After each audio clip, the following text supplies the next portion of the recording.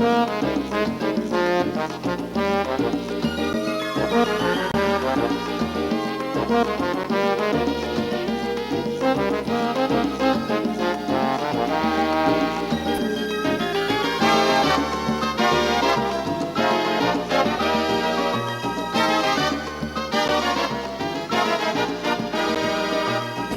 agriculture right in our corner, we're bound to prosper and be the envy of the area.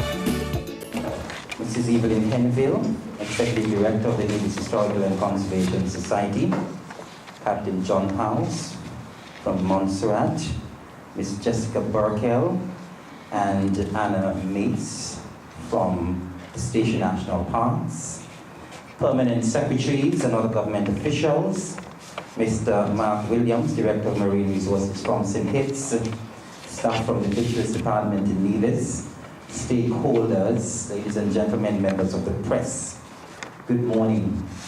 It's indeed a pleasure to welcome you here this morning to this session regarding the lionfish.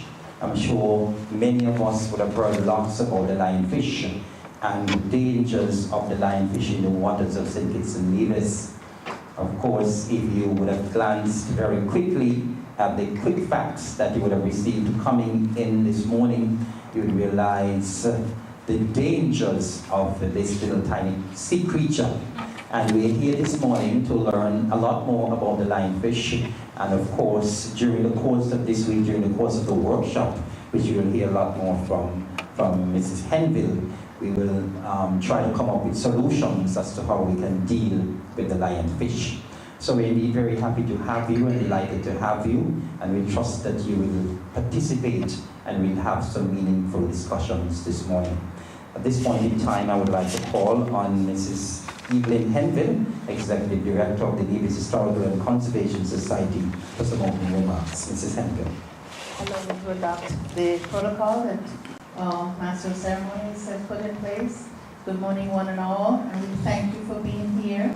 Now, I could not have advertised this function anymore. I think some of you got tired of seeing my emails, and they were also followed up by formal letters.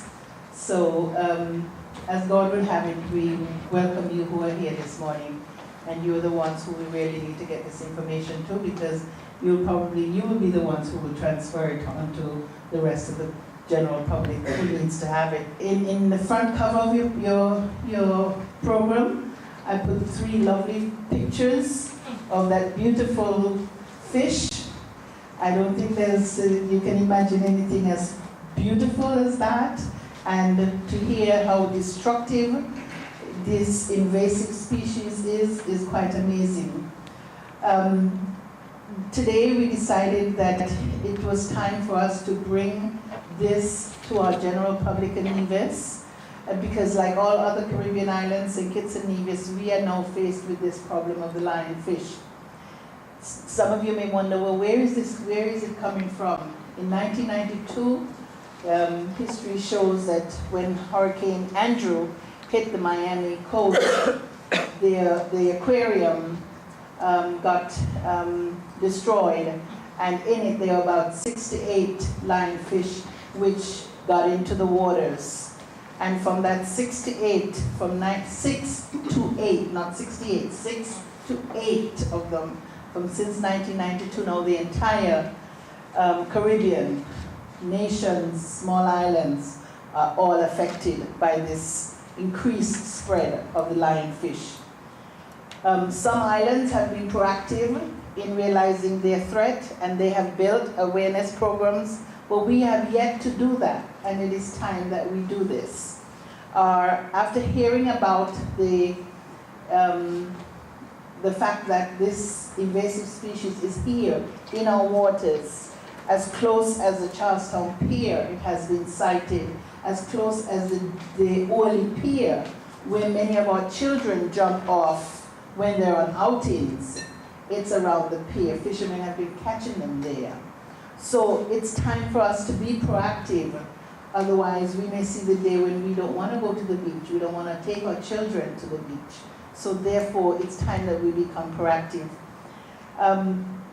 we found out, we meaning the Conservation and Biodiversity Committee members of the NHCS, found out that Statia had, for a couple of years now, had an action plan in place, and we decided that it's time that we call upon them to show us their action plan and help us to develop one for our waters. And so that is our main purpose here today. We try to target everybody possible. We've sent out communication to all media houses because they are key to helping us to spread the word. At the end of this workshop and at the end of this plan of action that we intend to devise, we've sent communication to our restaurants, our hotels. We've sent communication to our NGOs, our dive shop, our fishers, and everybody who we know, all consumers, because one of the things you'll hear today is that the lionfish is killing the parrotfish, which is the one that keeps our reef and our coral healthy. So if we lose our parrotfish, our marine life is severely affected. So therefore, it is time that we put an action plan in place. And so it concerns all of us, because you'll also hear about the impact on the economy that this can create for us, this invasive species. It comes from the Pacific area, and it is not common to our waters, so that is why it's eating everything we have, or destroying everything we have. So without any further ado, I just want to welcome you and thank you for being here, and ask you to please assist in what way after you've left here today to spread the word. We will have brochures, flyers throughout the week. I'll come back later and give you an idea of what our week of activities will entail, and ask you to spread the word to others as to how and why we need to attack this particular species. Thank you. Thank you very much, Mrs. Henville, for that overview. And I must at this point commend the NHCS for taking the lead in organizing a workshop of this nature, because I think since the lionfish has been sighted, I don't think enough has been done in terms of sensitizing people about the lionfish, so I must commend the NHCS in taking this lead. At this point in time, I would like to call on Captain Howes, John Howes, to give us the Montserrat perspective. We are indeed delighted to have you coming over from Montserrat. I understand that you were here some 30-something years ago. Yes. We're happy to have you back. Good morning. Not a great public speaker, and I'm a fisherman. So anyway, what I would say is that I took on the worry of the lionfish invasion and did detailed research into the lionfish invasion of the Caribbean, and especially Montserrat. And when I started to do my research, I was shocked at the data that I was seeing online on the internet, and also lack of data, because this is a new species to our region of the world. As Ms. Henville said, this is a species native to the Pacific.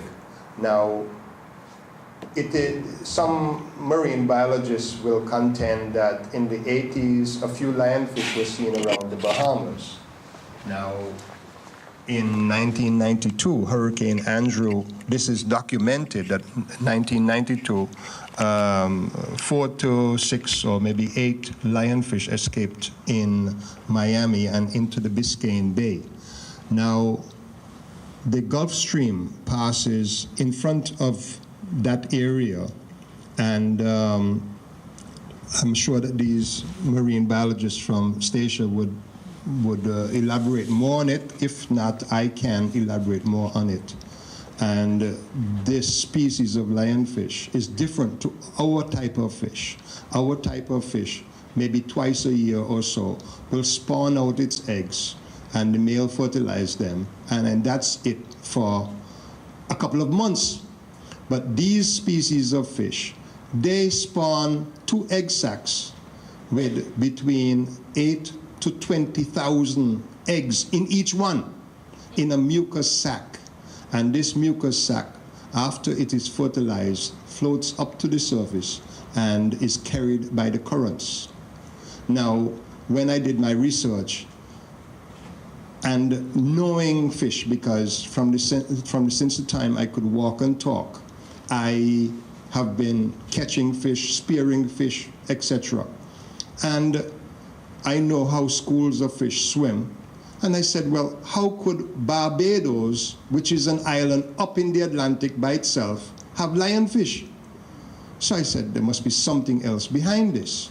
Now, in Montserrat, as I said, in 2010, a diver, a spear fisherman, saw one lionfish. He came ashore, he told the fisheries department, they said, if you go back there and you see it, spear it and bring it, let us see it. He did that, and he brought it ashore, and they confirmed it was a lionfish. That was 2010. And by 2012, 6 months ago, about, say, February, March, the pot fishermen that have their Antillean, or what we call fish pot, were catching dozens, to the point that one fisherman had a fish trap in front of the abandoned Capital Plymouth, in front of the wharf, and when they pulled it up, there was so much fish, lionfish in it, that if another lionfish wanted to go into it, he couldn't get in. And I said, this is ridiculous. How could 6 lionfish do this to us? And I went to Guadeloupe, because I have a friend who is the head of all Guadeloupean fishermen. And I went up about 4 weeks ago, 5 weeks ago, and met with him. And at the same time, he was having, he's the head of the UMPIG, which is Union of Marine Pêcheurs in Guadeloupe or something like that. I'm not Francais.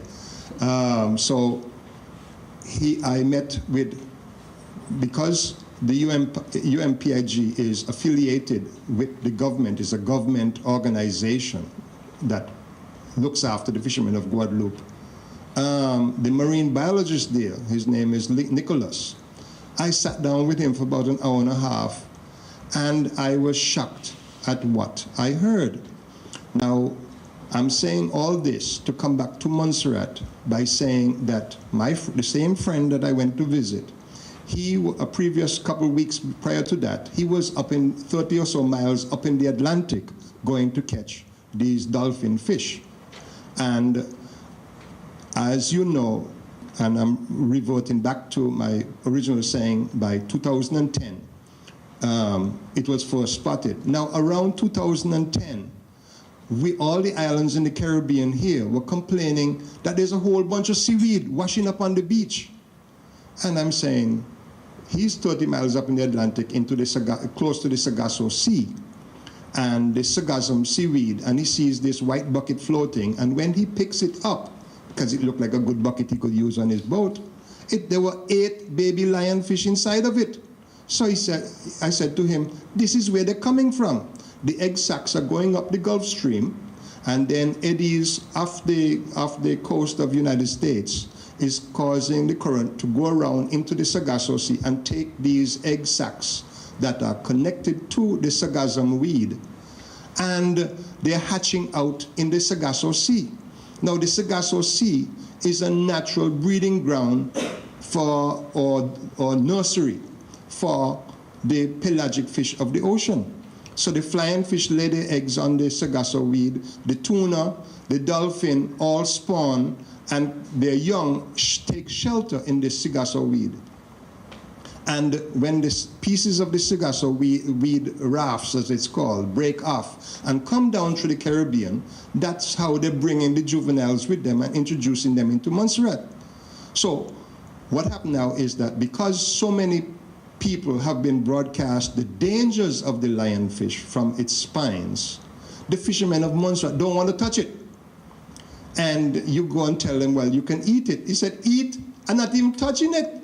So what happened now is that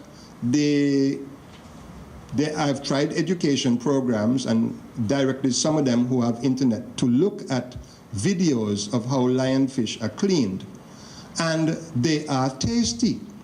So right now in Montserrat, there are probably 3 fishermen who are bringing lionfish ashore for their own consumption. But I have noticed, and the fishermen have noticed, that in the past 3 weeks, we have had a very heavy rainfall. Now, because of Montserrat's makeup with the volcano and lack of trees, there is a lot of runoff or dirty water in the ocean. And we had some strong North Seas a couple of days too. But the fishermen now are only catching 2 or 3 lionfish in their traps. But when I came back from Guadeloupe, my neighbor builds fish pots. And I said to him, you see this fish pot you're building here today? This fish pot, before it is finished its life, will not catch any more potfish. It will only catch lionfish. Because the only fish that it will catch close to its end of its life is a baby fish that is too big for lionfish to eat today. So it is a serious situation. And we had one incident of fishermen accidentally getting poked by a lionfish, and even the doctors are unfamiliar with treating of a lionfish. How this happened was that he takes what we call a mugging stick, a heavy stick to kill big fish, and they hit the lionfish and throw them overboard. But when they catch traps full of lionfish, they couldn't be bothered. They just open the trap door and let them go back alive into the ocean. So it's a serious situation that way also. But when he was killing this lionfish and hitting it, and he had hit so many of them, piece of the spine that, unbeknown to him, broke off and landed on the rope. Now, we had a fishing glove, which is a mesh glove with rubber on it. And he launched the pot over the side, and he grabbed a handful of rope to throw it over and grabbed the spine, and it went into his hand. And he said instantly his hand was cramped and started to tingle, and he started to feel bad. So he did the first mistake wrong. He took his hand and put it down in the ice box because he thought the ice would cool it off. That is the first mistake he made. Then when he came ashore, he went to the hospital. The doctors did not know, as far as I'm concerned, because there is very little information available to the doctors on Montserrat.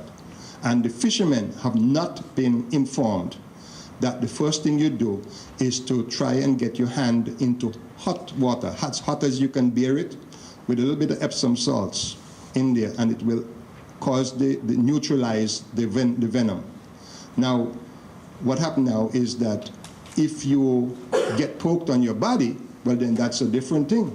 You can't put your whole body in hot water. And I invented, because I'm studying the homeopathy and alternative medicine, I thought the best way to solve if you get poked on your body, which is quite possible, you go to throw it and it swift around and stick you, is to heat either a leaf of aloe vera or an onion in boiling water.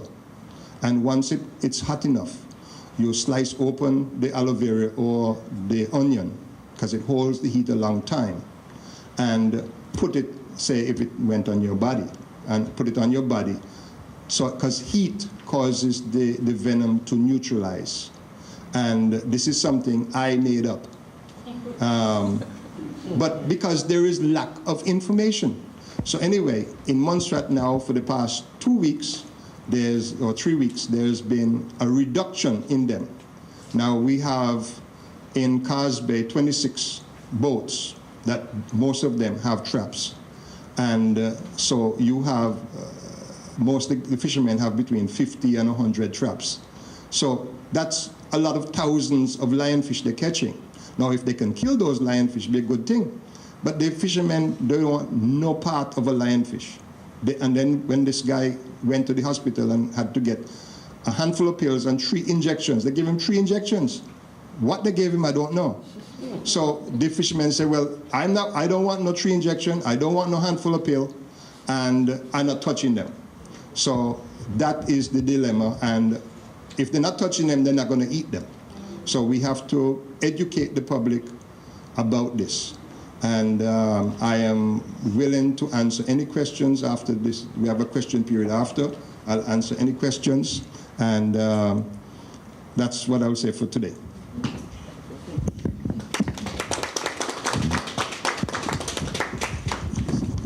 Thank you very much, Captain House, giving us some food for thought. And it's just amazing how things can spread.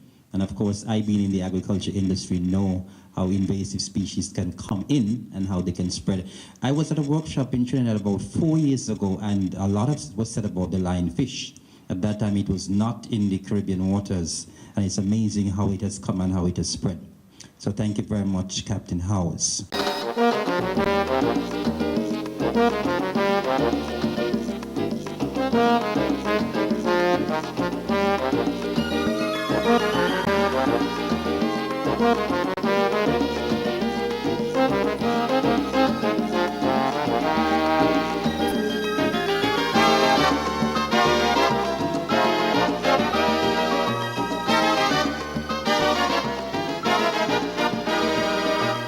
With agriculture right in our corner, we're bound to prosper and be the envy of the area.